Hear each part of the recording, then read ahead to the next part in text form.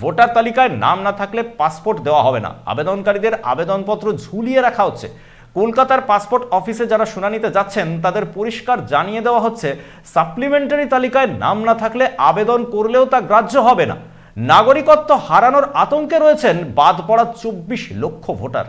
সত্যি কি নাগরিকত্ব কেড়ে নেওয়ার চেষ্টা করছে মোদী সরকার? কলকাতা পাসপোর্ট অফিসে গেলে পরিষ্কার জানিয়ে দেওয়া হচ্ছে, যাদের নাম ভোটার তালিকা থেকে বাদ পড়েছে বা বিচারাধীন থাকা অবস্থায় বাদ পড়েছে তাদের পাসপোর্ট দেওয়া যাবে না, এমনকি রি-ইস্যু হবে না। পাসপোর্ট অফিসে গেলে ভোটার তালিকার নাম্বার দেখে কর্মী মিলিয়ে দেখছেন আবেদনকারী বিচারাধীন অবস্থা থেকে বাদ পড়েছেন কিনা। বলা হচ্ছে তালিকায় নাম না থাকলে আর আবেদন গ্রাহ্য হবে না, অথচ কলকাতা রিজিওনাল পাসপোর্ট অফিস থেকে এমন কোনো নির্দেশিকা জারি হয়নি। শুধুমাত্র সি কাউন্টারে গেলে এক শ্রেণীর অফিসার পাসপোর্টের আবেদন ঝুলিয়ে রাখছেন।